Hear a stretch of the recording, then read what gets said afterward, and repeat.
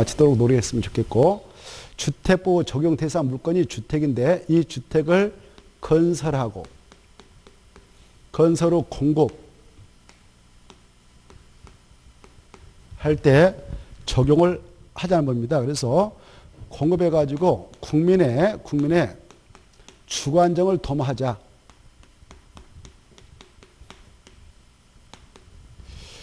그리하기 위해서 이 주택을 건설할 때 한두 채 건설할 때는 적용되지 않고 이 주택은 크게 단독주택하고 공동주택으로 구분되고 단독주택은 다시 세 가지가 있어요. 단독주택, 다중주택, 다가구주택, 공간은 주택법으로 넘어서는 주택이 아닙니다. 그리고 공동주택은 세 가지가 있습니다. 아파트, 연립주택, 다세대 좋습니다. 기숙사는 아닙니다. 주택보다 보면 주택은 6가로 줄는다 이것도 아시고 이러한 주택을 단독주택은 한 집, 두 집을 호란 말을 쓰는데 최소 30호 이상으로 건설 공급하고야 한다.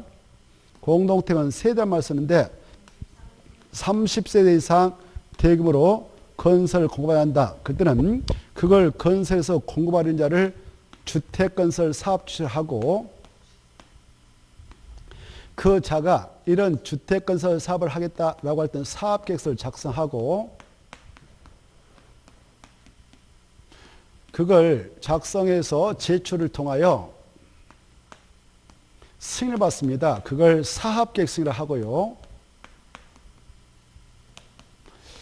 이때 승인 신청이 들어가면은 이 승인권자가 있는데 사업계획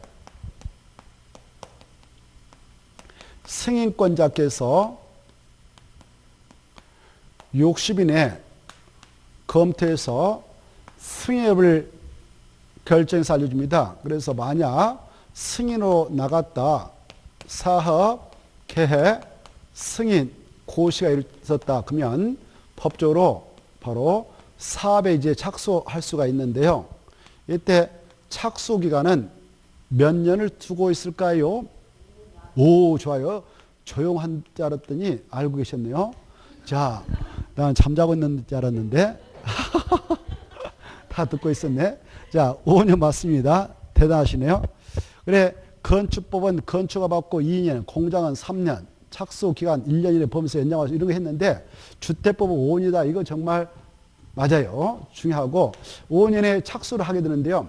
이때 사업계획 승인을 신청해서 승인받았던 건의 규모가 이렇게 600세대 이상이 단위다.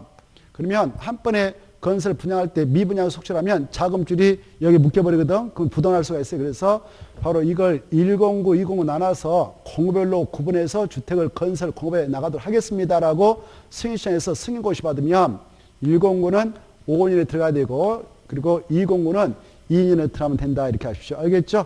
최초는 몇 년? 5년. 209는 몇 년? 2년. 다만 이 5년이라는 기간 내에 들어갈 수 없는 정당한 사유가 있다. 그러면 1년 이내 범위에서 착수한 연장할 수 있다. 이렇게 하시고 이때 이제 착수할 때는 신고하고 들어가거든요. 착수합니다라고 신고하고 들어가는데 그래서 언제 들어간지 압니다. 그래 이제 들어가가지고 공사했다 합시다. 이렇게 쫙 해서 아파트 지었다. 이렇게 주택 지었다. 공사가 끝났다. 공사가 완료되면 이걸 사용하고자 할 때 이때 여기 공사 착수하고요. 입주자를 모집해요. 뭘 모집한다고요? 입주자 모집합니다. 이때 이 사업을 하는 자가 바로 민간사업시행자다. 민간사업주체다. 그러면 입주자 모집할 때 입주자 모집해도 되죠라고 승인청해야 돼요. 뭐 한다고? 승인청. 그래 해도 됩니다라고 승인을 내주는데 이때 승인권자가 관할 시장, 군수, 구청장이 됩니다. 이네들한테 승인청에서 바로 모집에 들어가는데 그런데 이 사업을 하는 자가 국지공일 수가 있거든. 국지공하면 공공사업체라고 그래. 국가, 지방, 자치단체, 한국도시재, 지방공사. 이네들이 할 때는 모집할 때 모집 승인받지 않습니다. 알겠죠? 모집 승인받는 거 아니다. 이거 그냥 이네들은 그런 절차 필요 없다. 모집하면 되고요. 근데 이 입주자도요. 여기 주택을 봐봐. 주택의 입주를 모집할 때는 입주 모집 승인시에 승인받아야 하는데 민간 사업주체는. 근데 그 단지 내에 복리설 있잖아요. 복리설. 뭐라고? 복리시설이 복리시설이 뭐냐면은 바로 근린생활시설 상가 그 단지 입구 보면 주택단지 입구 보면 상가 있죠. 그런 것들 근린생활시설이라고 그래. 이것도 복리시설이거든. 또 유치원 건물을 그 단지에다 세울 수도 있어. 유치원 건물. 이런 것들이 이런 복리시설을 입주자를 모집할 때는요. 바로 모집합니다라고 신고하면 돼. 신고. 뭐 맞는다고? 신고. 근데 그자가 국지공이다 그러면 이런 거 필요 없다. 승인도 신고도 필요 없다. 이렇게 새겨두시고. 자, 아무튼 이렇게 모집해가지고 바로 공사 진행해서 끝났습니다. 공사 끝나면 이제 그 분양 대기 중에 입주자, 입주 예정자겠죠. 그네들 이제 와서 살도록 사용검사를 받아야 돼요. 못 받아야 된다고요? 사용검사. 사용검사 받기 위해서 신청합니다. 이때 사용검사 신청을 누가 하느냐? 사업을 끝냈던 사업주체. 근데 그 사업주체가 중대 부도 나가지고 무너져 버렸다 그러면 시공보증자가 있을 수 있거든요. 시공보증자가 있었다면 이자가 잔여공사 끝내고 이자가 신청해서 받아가면 되고요. 이자가 애당초 없었다. 이자가 있었는데 부도 나서 사라졌다. 그러면 입주 예정자, 얘네들이 입주 예정자 대표를 구성해가지고 시공자 선정해서 잔여공사 끝내게 한 다음에 그네들이 신청해서 받아갈 수 있고요.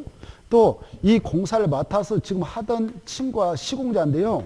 시공자가 이 사업주에게 공사 다 끝내서 바치려고 했는데 바친데 이 친구가 정당 이유 없이 사용검사를 신청하죠. 미적거리고 있네요.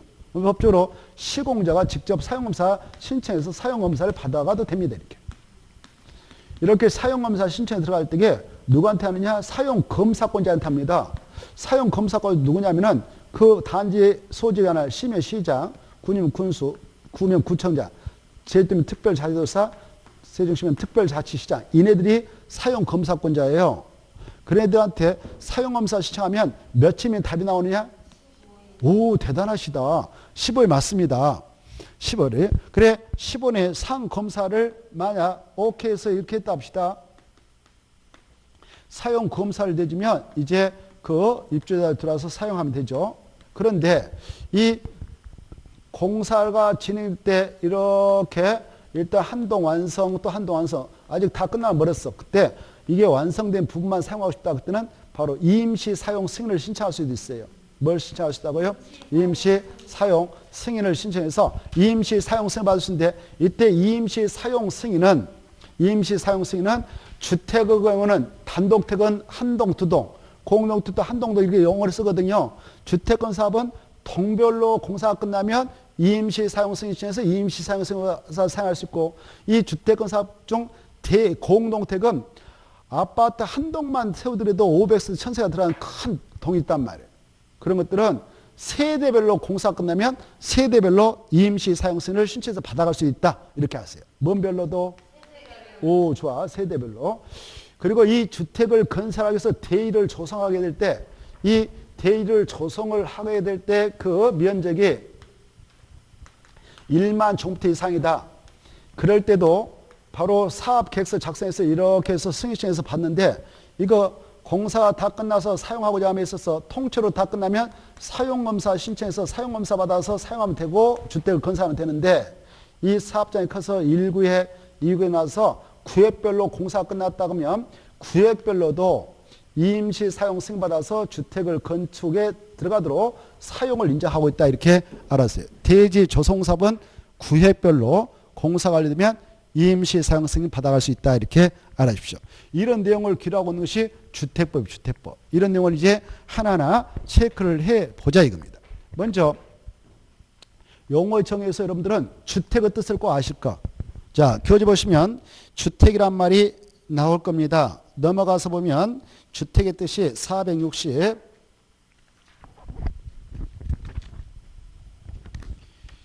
8페이지, 9페이지 나와 있죠? 주택의 뜻 꼭 새겨두실 거.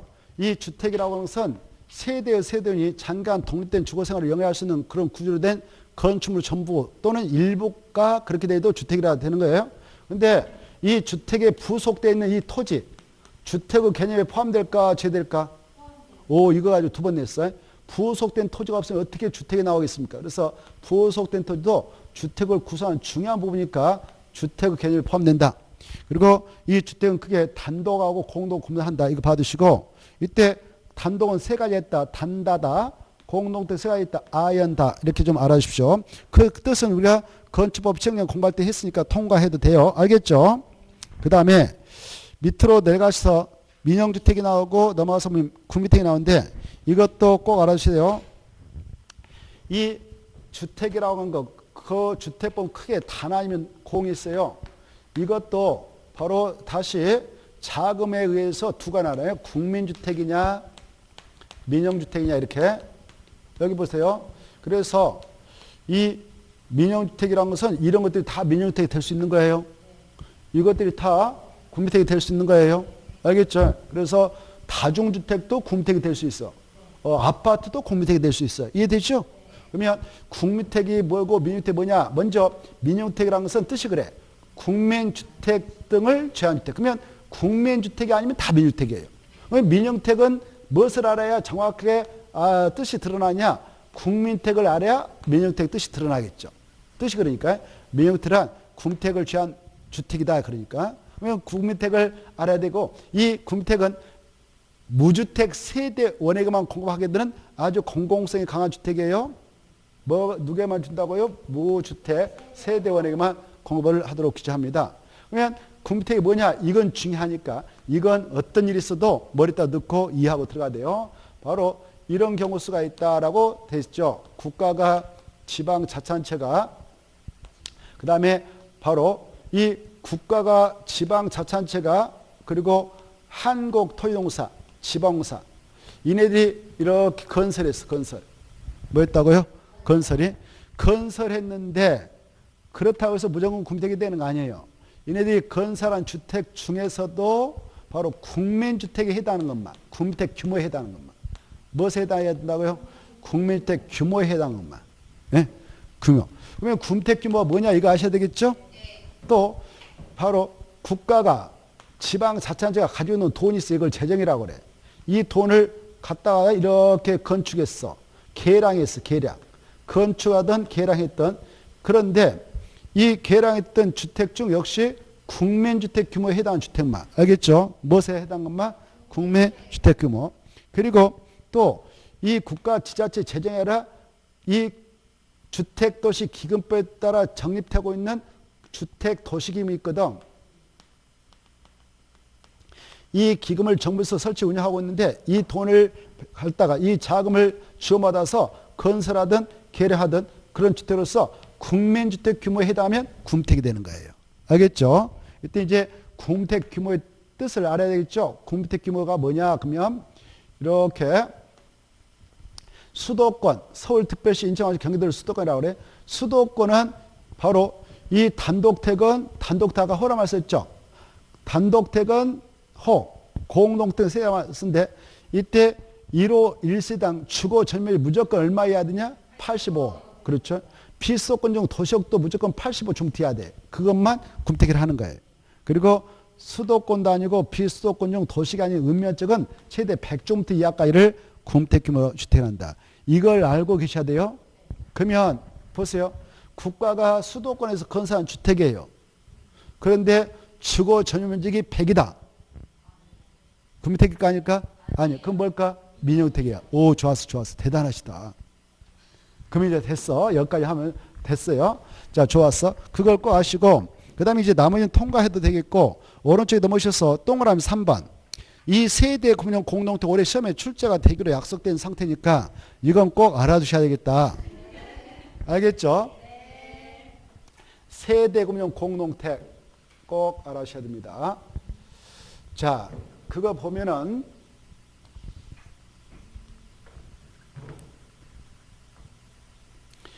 이 세대 금융 공동택은 공동택이지 단독택 아니에요. 우리 단독택 중에 봐봐요. 다가구라는 게 있거든. 다가구 주택 있다. 그러면 이거 뭐예요? 주인양만 하나예요. 건물주는 하는데 여기에 19개까지 세대금을 해가지고 월세를 받아볼 수 있도록 하고 있죠. 이때 세 들어온 사람들은 소유권은 인정받지 못해. 그래 세만 들어와서 월세 같은 거 내고 살죠. 그때 이분들이요. 세 들어왔던 사람이 이 건물주한테 주인한테 이 부분만 나한테 소유권 좀 인정해 주세요. 구분 소유권 넘겨주세요. 이거 할 수 있어 없어? 없어요. 없어. 알겠죠? 법적으로 소유권 하나밖에 인정 안 되거든. 구분 소유를 인정 안 해. 그런데 이 세대금융 공동택은 이런 단독택 일주인 다가구 형태의 모습을 공동택에다 접목을 시키자는 겁니다. 접목을 어디다? 공동택이다. 그게 바로 세대분 공동택에 여기서 힌트가 보여요. 보세요. 세대 구분형 공동택이라고 하는 것은 여기 셋째 앞에가 1이 숨어 있거든. 한 세대를 구분한 거예요. 몇 세대를? 그래, 한 세대를 구분했단 말입니다. 한 세대는 구분수가 몇 개 인정될까? 한 개밖에 안 되는 거죠. 알겠죠? 자, 여기 애당초 지금 건축공사를 해서 아파트 건설한다고 하십시다. 101동 101호 집이 있어요. 101호 집을 만드는데 애당초 설계될 때 세대 구분형 공동도 설계한다 그러면 여기가 가운데 승강로고 여기서 승강에서 내려오고 자 내려가지고 이렇게 들어왔는데 여기 이렇게 한 세대 지금 한 세대를 구분해 이렇게 구분해. 이 한 세대의 전용 면적은 200제곱미터라 가정해 봐. 200제곱미터면 주거 전용 200제곱미터면 평수 말하면 60평. 몇 평이다고?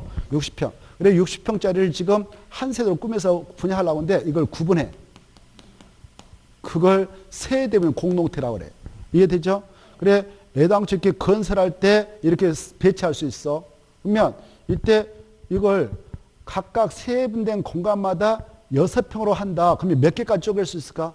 60평짜리면 10개까지 쪼갤 수 있잖아. 하나, 둘, 셋, 아무튼 10개 쪼갰다 가정해. 10개 쪼개가지고 이걸 분양받은 사람, 갑이다. 이걸 6억에 분양받았다 합시다. 그러면 갑이 혼자 사는 몸이라면 혼자 여기 사면 되지. 10개까지 굳이 차지할 필요 없잖아요. 혼자 잠자는 몇 평을 자기가 차지한다고. 그렇죠? 그래서 이걸 9개는 이제 세 내가지고 월세 받으면 되는 거죠. 그런 용도로 쓰도록 하기 위해서 이게 만들어졌거든. 이해됐죠? 그러면 이 사람은 자기 근접한 곳에 바로 이거 가지고 있으면서 관리하면서 세를 나눠도 되거든요. 이때 세대분양 공동태를 건설할 때 기준이 있어야 세대분양 공동태 건설할 때는 주택법에 따라 이렇게 사업계획서를 받아가지고 건설하는데 그때 모양새는 각각 그 구분된 공간마다 독립된 주거 형태가 하나로 부엌도 넣어주고 욕실도 넣어주고 그 다음에 현관 넣어주라 이렇게 하고 있어. 뭐 넣어주라고? 현관. 그래 이렇게 넣어주는 거예요. 그리고 그 단지에 지금 주택단지 1000세대를 900세대를 건설한다 합시다. 900세대를 건설할 때에 900세대를 다 이렇게 세대분양 공동도 넣어버리면 바로 세대수는 900세대인데 한 세대마다 이렇게 10개를 쪼개버린다. 그러면 어떻게 되겠어요? 세입자가 그냥 너무 들어가서 난해할 거 아니에요. 그 단지에 주차난도 발생하고 해.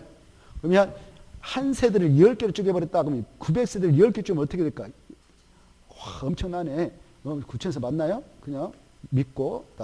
자, 9,000세대가 가죠. 그러면 9,000세대가 바로 세입자가 들어와서 살게 될 거란 말이에요. 그러면 주택단지 안에 주차난이 발생하고 별의별 사람 다 들어와서 주거환경이 열악해져 버리는 거예요.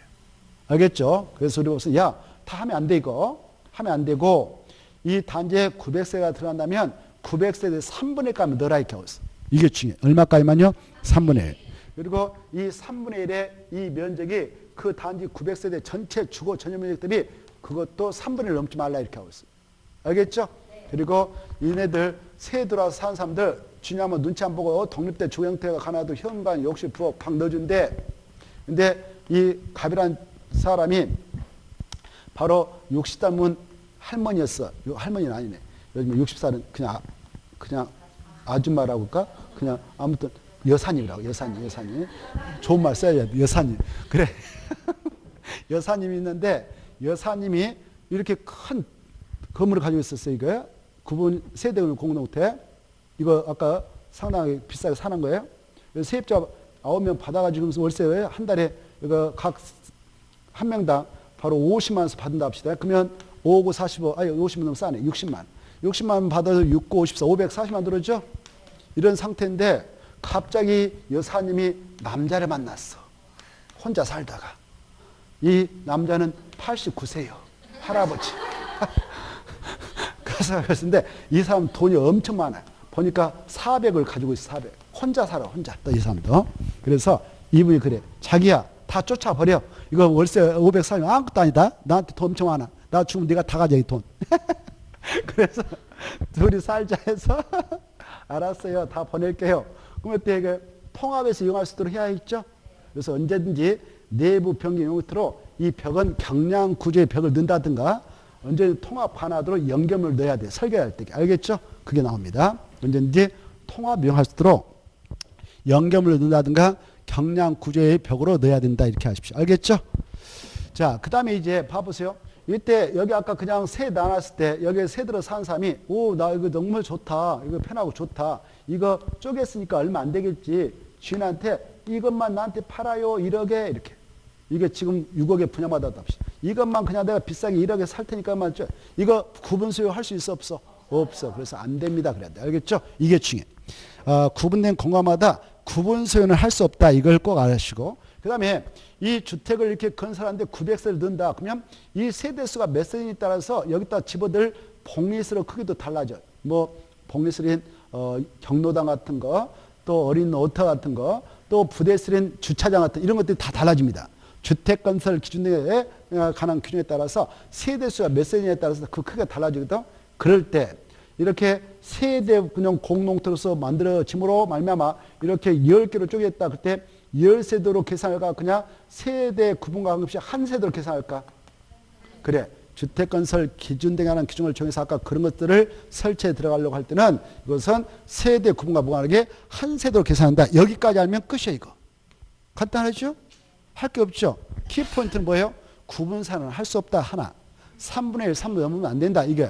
그리고 여기 구분된 공간마다 각각 한 세대로 계산하는 것이 아니라 구분된 공간과 관계없이 한 세대로만 계산한다. 여기까지. 이건 키포인트. 알겠죠? 이건 신규 주택으로 건설할 때고 그 다음에 기존 주택을 여기 이거 이번에 새로 만든 거예요.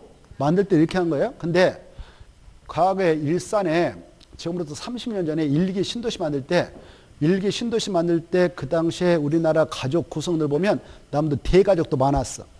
엄마, 아빠, 부부, 애들 이렇게 3대가 함께 사는 집들이 있었어요. 알겠나요? 그러면 그분들은 어땠어?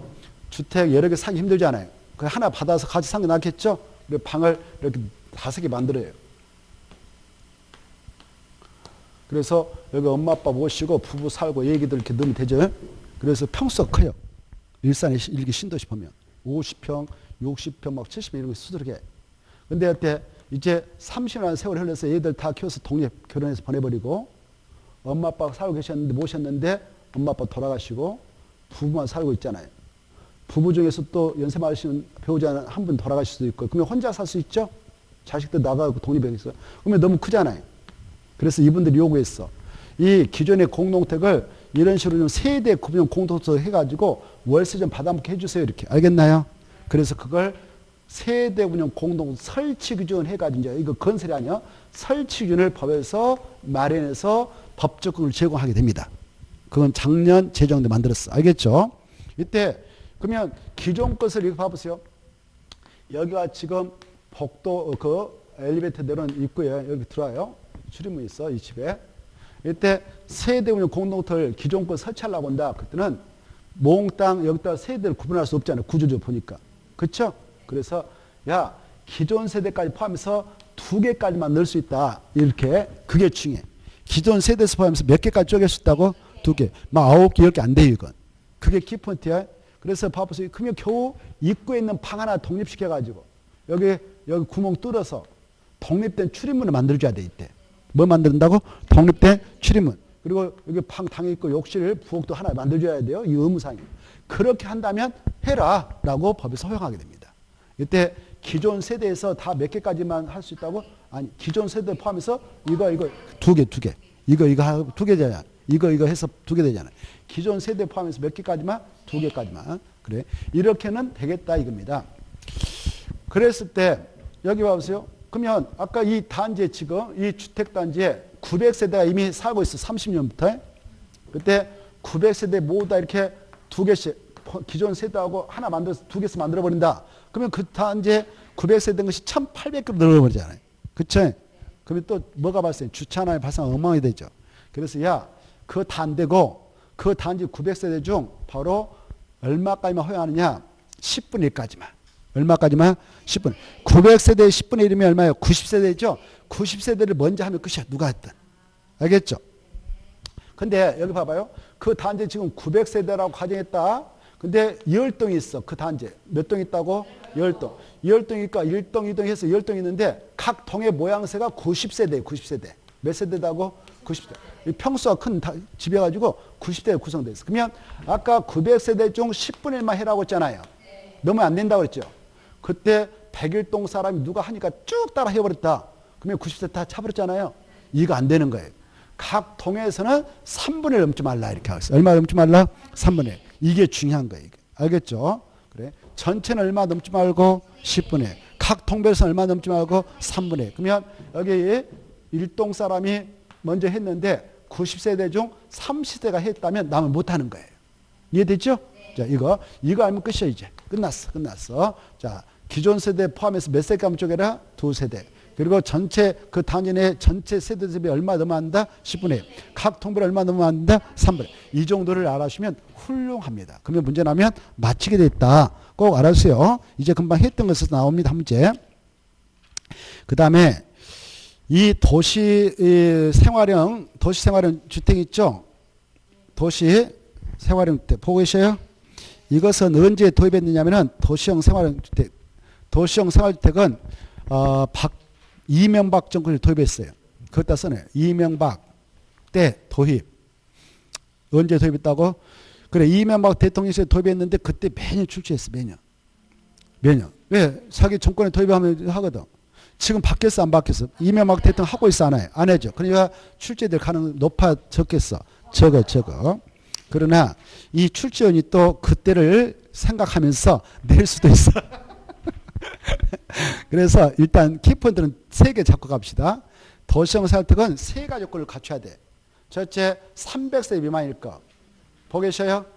그리고 바로 도시겠다면 건설할 거. 써봐. 무슨 도시죠. 그 다음에 국민주택 규모 이하로 건설할 거. 3가지를 충족하면 도시형 생활주택이 되고, 도시형 생활주택에 또 한 마디 더 써. 분양가 상한제가 적용되지 않는다.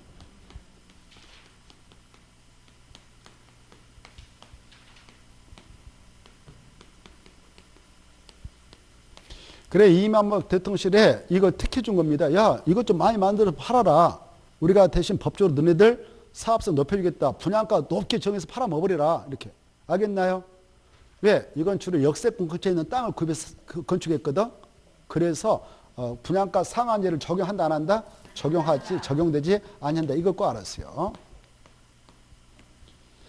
그래, 분양가 상한제 적용받지 않고 지가 높게 건축 그 가격을 정해가지고 팔아먹을 수 있도록 허용받는데, 그러려면 3가지 요건은 충족해야 돼. 아까 300세 미만이고 도시에다 건설하고 군주택 규모 이하해야 된다. 이렇게. 자, 이 도시에서 군주택은 최대도가 85예요. 85. 그래서 각 세대당 전용 면적은 85 초과하면 도시형 생활주택이 될 수 없는 거예요. 이걸 이해하시면 좋겠어. 그게 머릿속에 이해가 됐어야 돼요. 다시 한번. 이 도시형 생활주택에 대해서는 각 세대당 전용 면적이 얼마를 초과하면 안 된다고? 85. 이거 딱 새겨두세요. 그 다음에 이 도시형 생활주택 유형이 3가지가 있거든. 종류가 3가지 있는데, 3가지 뭐냐? 주택단지 만들어가지고 여기다 연립택 넣는다 그러면 단지형 옆택. 단지 조성해서 여기다 다세 든다 그러면 단지형 다세택. 단지 안 만들고 땅 그냥 사가지고 밀어서 이렇게 진다 그러면 원룸택이라고 그러는데. 그래, 현장에서는 가장 많이 원룸택이 건설 공급되어지고 있어요. 알겠죠?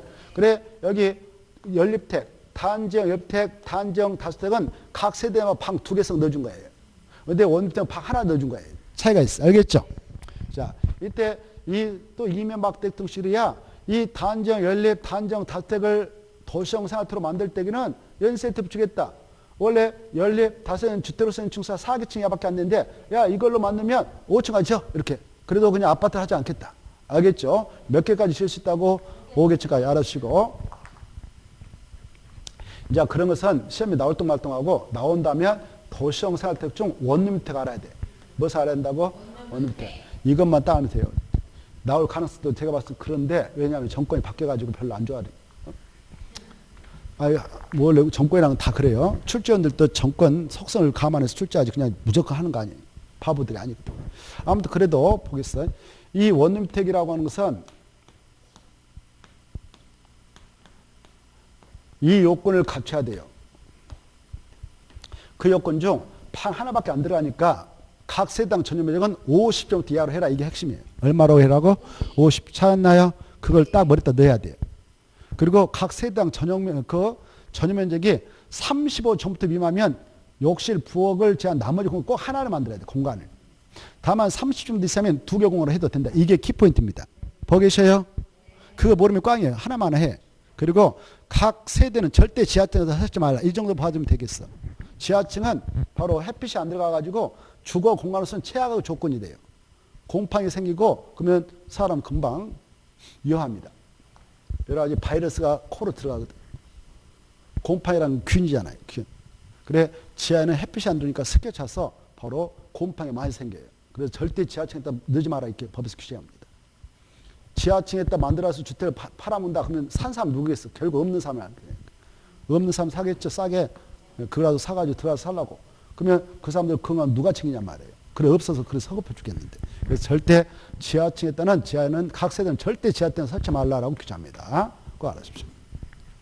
그 다음에 이 원룸택은 바로 도시에 있는 땅 만들고 그리고 여기다 300세대 미만이야 되니까 아무리 세대 쪽에도 299세대가 최고예요.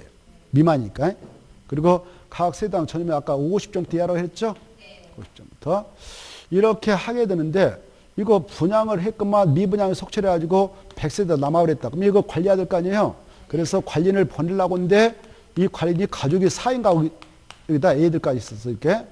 여기 가서 살만한 집이 없잖아요. 방 콩만 하는데. 그쵸? 그래서 여러분들이 가서 관리하려면 방이 큰 거 하나 있어야 됩니다. 해서 법에서 야 85제곱미터 초과한 거 한 세대 넣어도 돼. 이렇게. 몇 제곱미터? 그래. 몇 세대를 넣어도 된다고? 한 세대. 그렇습니다. 그거. 그때는 허용한다. 그거 찾아가지고 체크해요. 찾았나요? 자, 그게 중요해.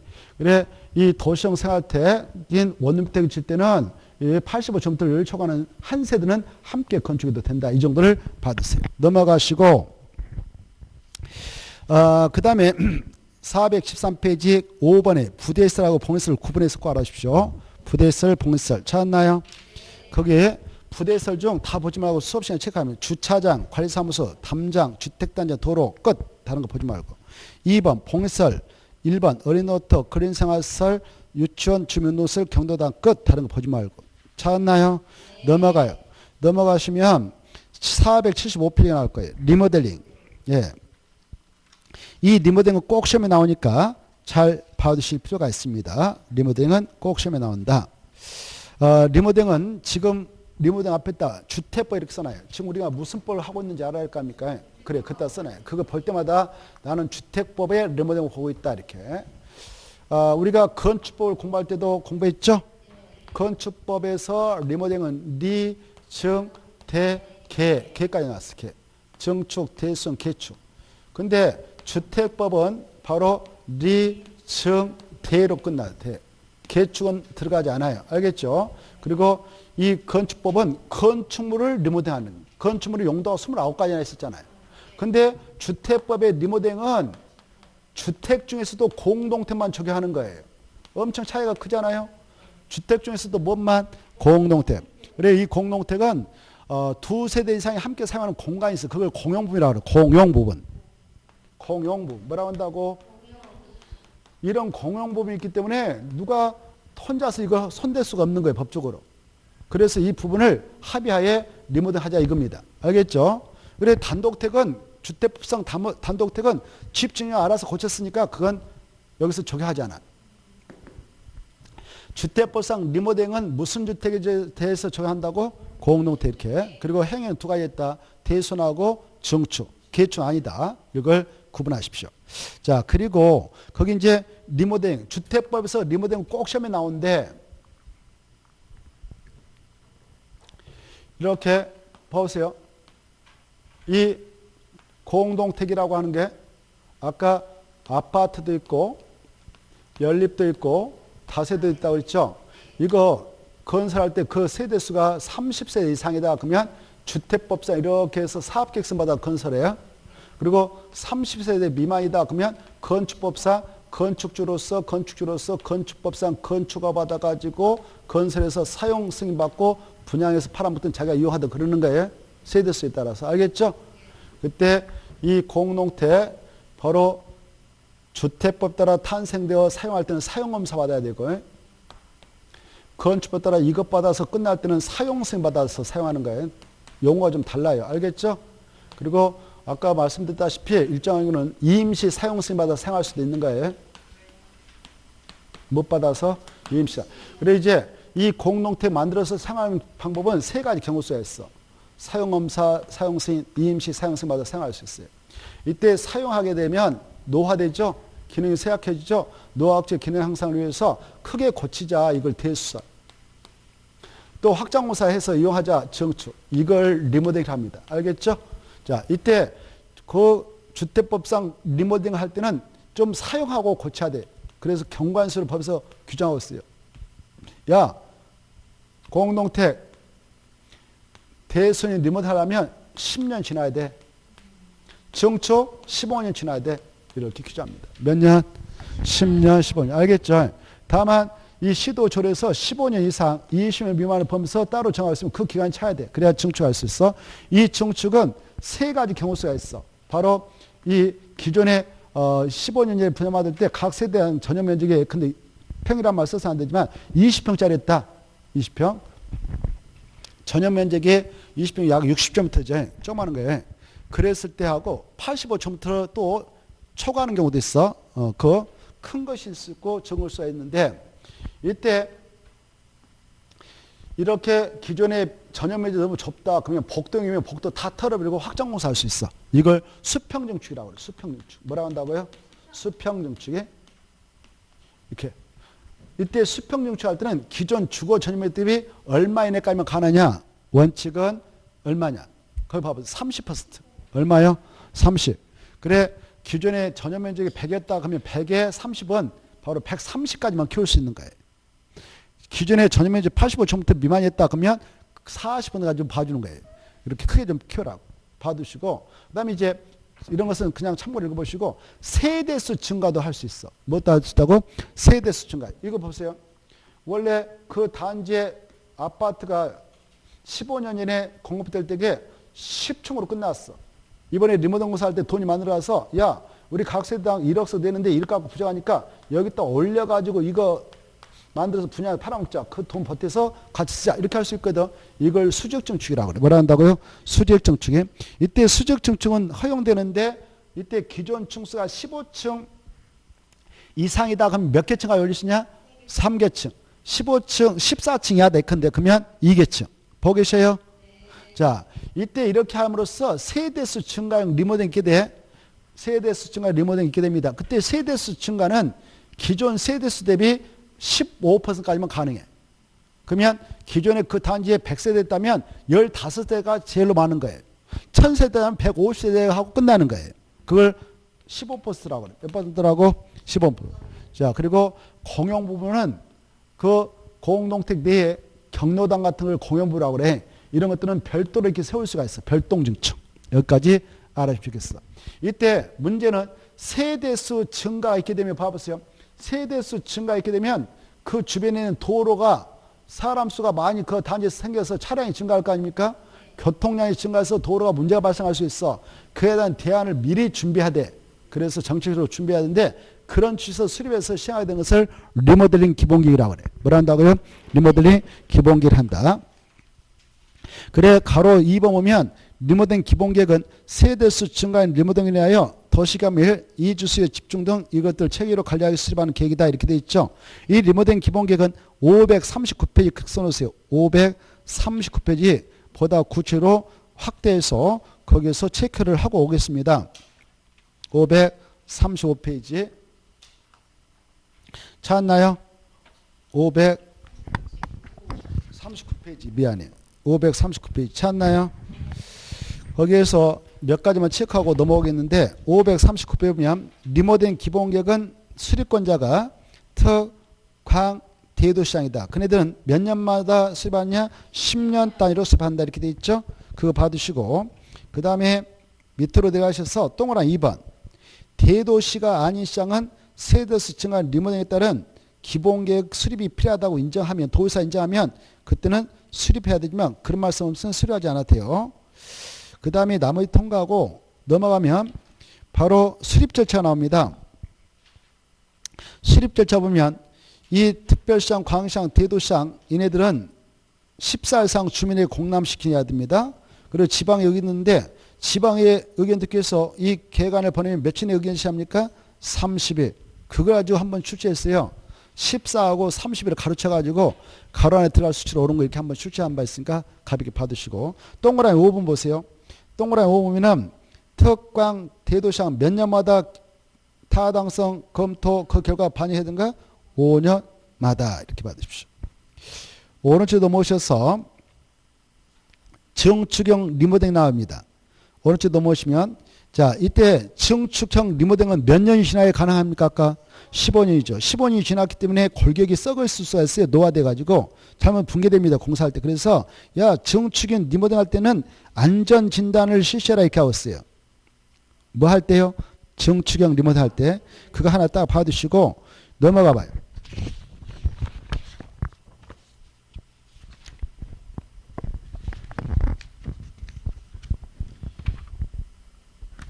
넘어가셔 보면 542페이지 가로 2번 이 안전진단을 실시했네요. 그랬는데 구조안전에 위험이 있다고 판정이 나왔어요. 그러면 리모델링 공사 허용해야 되겠어? 못하게 막아야 됐어요. 못하게 막아야 되겠죠. 붕괴되니까. 그래서 이런 것들은 밑둥을 완전 밀어버리고 다시 세워야 돼요. 이런 것들을 재건축 사업이라고 그래. 재건축 사업은 무슨 법에 따라 이루어지냐? 정비법에 따라 이루어지는 거예요. 도시및 주관경정법. 그래서 그 법에 따라 재건축을 한다든가 빈집, 소규모 주택 정비에 관한 특별법에 따라 소규모 재건축 사업이 필요하다 인정되면 그쪽으로 가야 되지 리모델링 허가를 내주면 되겠어? 안 되겠어요? 안 됩니다. 증축형 리모델링은 하에서는 안 된다. 이 정도 보시고 그 다음에 오른쪽 넘어오셔가지고 큰 4번 리모델링 허가 해가지고 이 파트가 시험에 잘 나오거든요.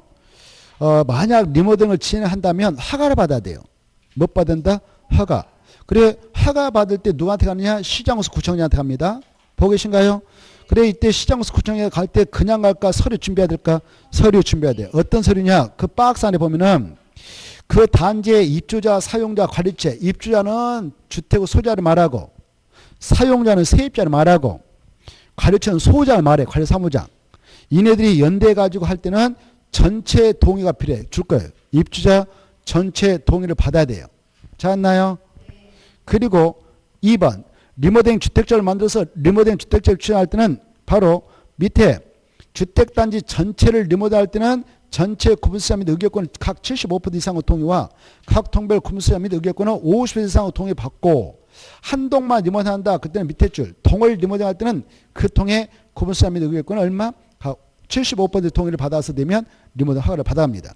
그런데 동그라서 한번 보세요.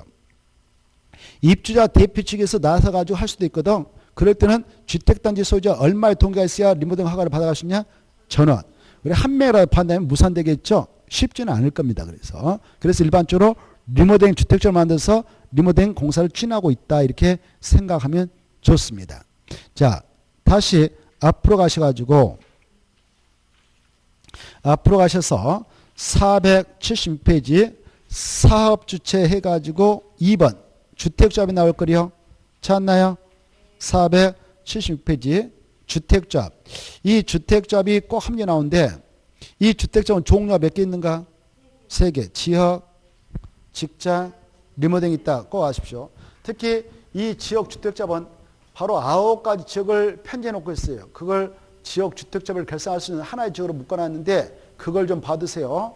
서울, 인천, 경기도 하나 지역, 대전, 세종, 충남 하나 지역, 충북 별도 지역, 그 다음에 부산, 울산, 경남 하나 지역, 대구, 경북 하나 지역, 강원도 별도 지역, 그렇죠?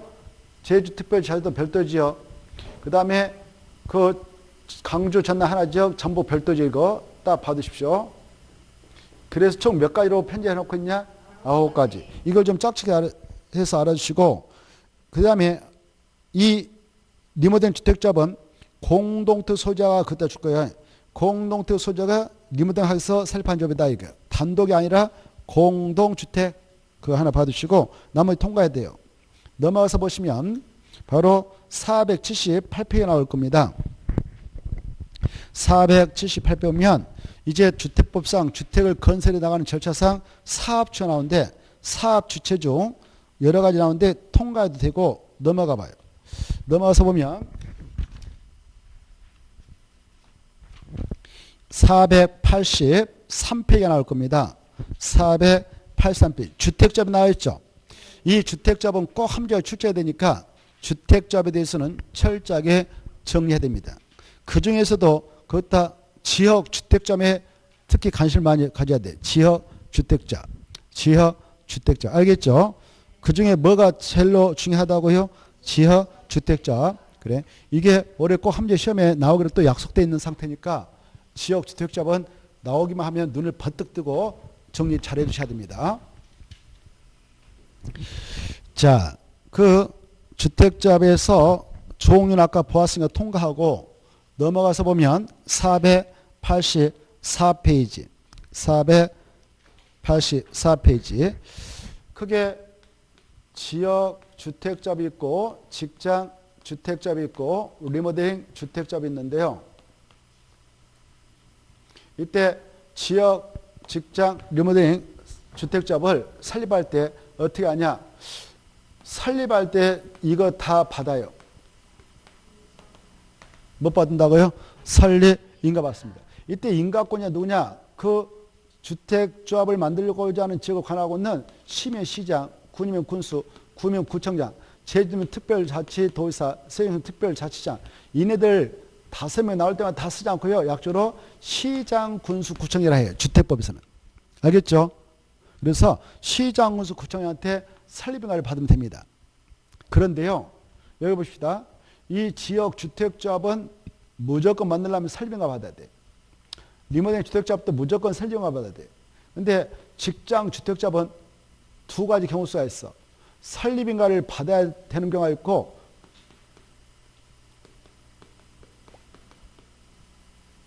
이것만 해도 되는 게 있어요. 뭐? 설립신고. 이게 중요해. 무슨 잡이 그렇다고? 무슨? 그래. 직장만. 그러면 직장 주택자만 봐보세요. 직장 주택자라는 것은 같은 직장에 근무하고 있는 근로자들이 주택을 마련하게 해서 이때 주택은 들어봐요. 주택을 마련해서 설립한다 할 때 그 주택은 주택법상 사업계획서를 받아서 건설한 주택을 마련하겠다는 거예요. 주택법상 사업계획서를 얻어 건설한 주택을 마련하기 위해서 설립한다. 그때는 설립인가를 받아야 돼. 못 받아야 된다고? 설립. 근데 바로 그냥 국민택을 단체로 직장인들이 국민택을 단체로 공급받고 싶어. 이렇게. 국민택을 공급받고자 한다. 그때는 이것만 하면 돼. 설립 신고하면 돼요. 이게 중요해. 거기 나옵니다. 자, 설립인가 해가지고 보겠신가요? 그때 설립인가권자는 5명 있다. 그네들 앞으로 시장에서 구청을 한다. 그네한테 설립인가 받아라 이렇게 돼 있죠. 그때 리모델링 주택자본 그 직장 주택자본 신고를 하고 하는 경우가 있는데 그때는 설립인가 받을 필요 없다. 오른쪽 넘어오면 가로 4번에 이제 금방 설명 나옵니다. 설립신고 찾았나요?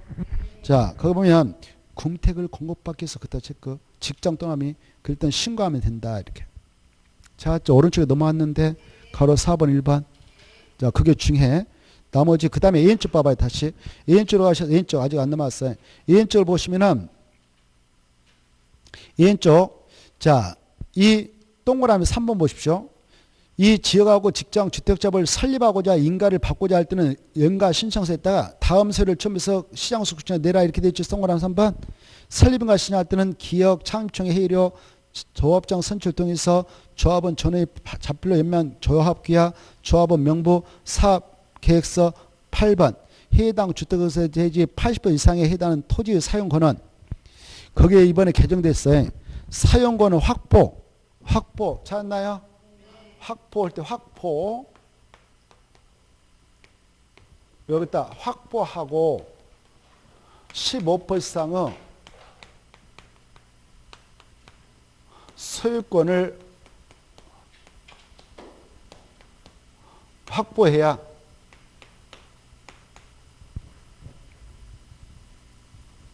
확보 이렇게. 그래 이번에 이 조합설 민가를 받기 위한 요건을 강화시켰습니다.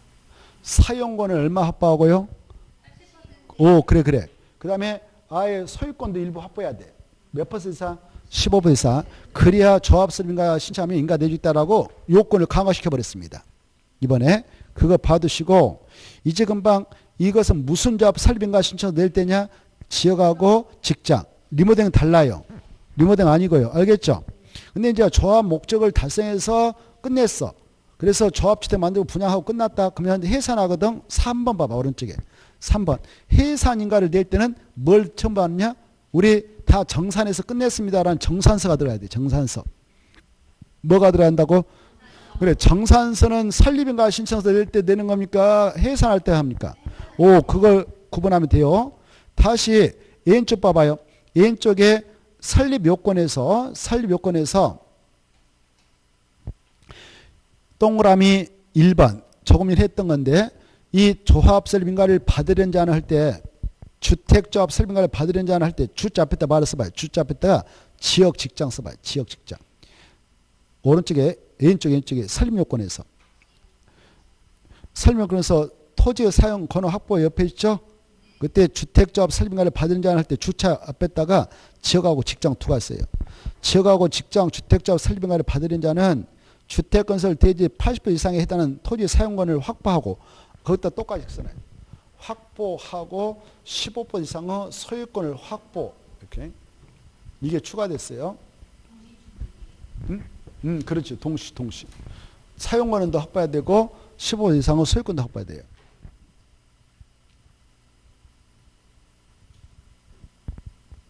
됐죠? 그 다음에 2번 봅시다.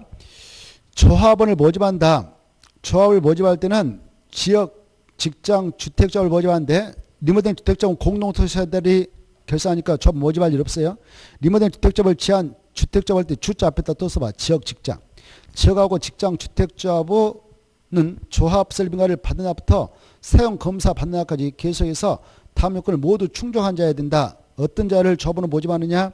박스 안에 들어가서 보니까 바로 주택건설 예정 세대수의 50% 이상으로 모집해야 됩니다. 주택건설 예정 세대가 1000세대다 하면 몇 명 모집해야 되냐? 500명.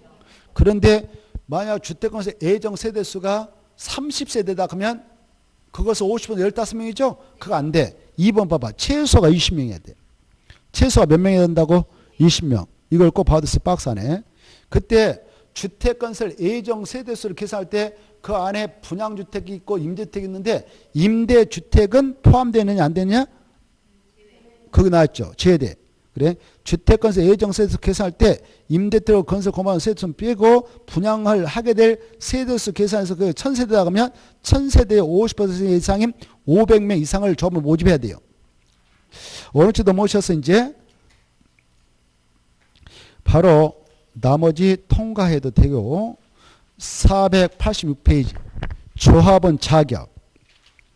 조합원 자격을 보면은 지역하고 직장, 주택자하고 조합원이 될 수 있는 사람은 다음 구문에 따른 사람으로 한다.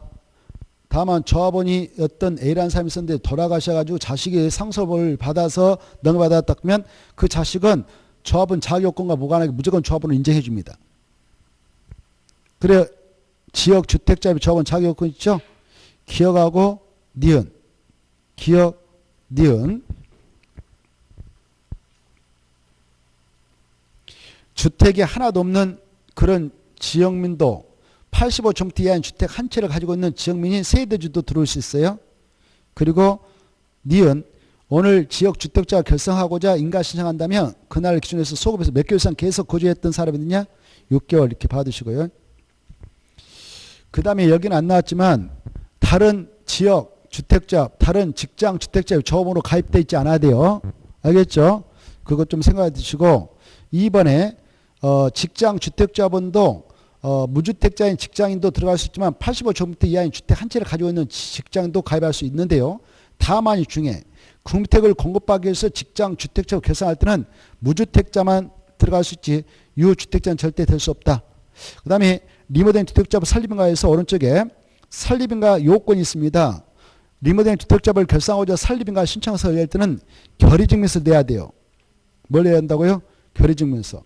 그 요건이 우리 리모델링 결의했습니다라고 서류가 들어가야 리모델링 주택자부 설립인가를 받아가는데 1번 주택단지 전체를 리모델링할 때는 전체 구분수자 및 의결권 얼마의 결의가 있어야 되냐? 각 3분의 이상의 결의 및 각 동에 역시 각 가반수 결의가 있어야 됩니다. 한 동만 리모델링하자 한다. 그때는 그 동의 구분수자 및 의결권을 각 3분의 이상의 결의가 있어야 돼요. 자, 이거하고 아까 543페이지 보았던 거랑 헷갈려서 안 돼요.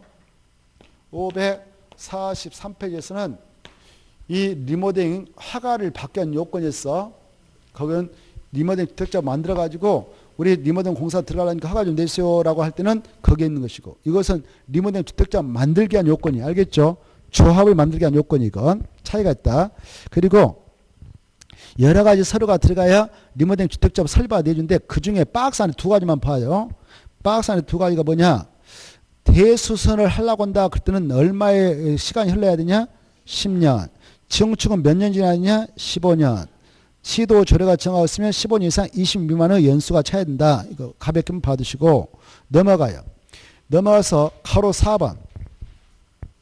아까 리모델링 결의할 때에 법에서 요구하는 3분의 2 가반수 결의했어. 그리고 인가 신청했던 인가 내줘버렸네. 그러면 조합은 만들어졌습니다. 그때 결의에 찬성하지 않는 반대파 있죠? 그네들은 뭐 당하냐? 매도 청구당한다. 4번. 매도 청구 당합니다. 인가받아 설립된 리모델링 주택자원 그 결의에 찬성하지 않는 자의 주택 및 토지에 대해서 매도 청구할 수 있다. 있다 없다? 있다. 그 다음에 이제 이 조합원을 모집할 때 말입니다. 조합원 모집할 때에 일단 지역 직장 주택자 모집할 때는 관할 시장소득세 신고하고 모집합니다. 뭐 하고요? 신고하고 모집에 들어갑니다. 그 다음에 오른쪽 넘어오셔서 공개 모집 해가지고요. 지역 직장 조합을 모집할 때는 모집 신고서가 수리된 다음 구문에 따라 공개 모집을 하는데, 공개 모집으로 했건만 그래도 지금 문제가 발생했다. 2번. 공개 모집 이후에 조합원이 사망했다. 아니면 그 여러 가지 탈퇴, 자격 상실 등으로 결혼이 발생해서 충원한다. 그 다음에 미달된 조합원을 재모집하려고 한다. 그때는 재모집 신고한다 안 한다? 안 해요. 그리고 선착순법으로 모집할 수 있다고 봐주십시오. 그 다음에 나머지 통과되고 마지막 줄 봐보세요. 제일 밑에 조합원은 귀하기 전에 따라 탈퇴를 할 수 있다 없다? 있어. 탈퇴했다면 그자가 냈던 돈 있다면 반환 청구할 수 있다 없다? 있다. 이게 중요하고요. 그 다음에 밑으로 오른쪽 넘어오셔서 가로 2번. 리모델링 주택조합 설립할 때 동의한 자로부터 그 물건인 건축물을 넘겨받았다. 그러면 그자도 조합 설립에 동의한 걸로 간주를 해서 인정합니다. 그 다음에 나머지 보지 않아도 되고 쭉 넘어가셔서 492페이지 통과되고 쭉 넘어가셔서 494페이지 494페이지 보면 가로 3번 있을 겁니다. 주택조합의 사업에서 1번 주택조합은 설립인가 받아부터 몇 년에 사업계획 승인을 신청해야 되는가? 2년. 리모델링 주택조합은 2년에 리모델링 허가를 신청해야 됩니다. 받으시 2년. 그 다음에 오른쪽 넘어오셔서 바로 동그라미 3번하고 4번 꼭 받으셔야 되는데, 이 리모델링 주택조합을 취한 주택조합은 지역하고 직장입니다. 그네들은 그 우선을 위하여 건설하는 주택을 그 조합원에게 우선 공급할 수 있고, 아까 금택을 공급받기 위해서 설립신고하고 만들었던 직장 주택조합이 있다면 주택법상 사업체가 건설했던 금택 그네들한테 우선 공급할 수 있다 없다? 있다. 4번. 이 주택조합하고 등록사업자가 공동으로 사업을 시행하면서 시공할 경우 등록사업자께서 시공으로서 책임뿐만 아니라 자신의 규칙 사유로 사업 추진이 불가능하게 됐거나 지연되어 있어서 조합원에게 입힌 손해가 있다면 배상 책임이 있다 없다? 있다. 여기까지 하고 쉬었다 하겠습니다.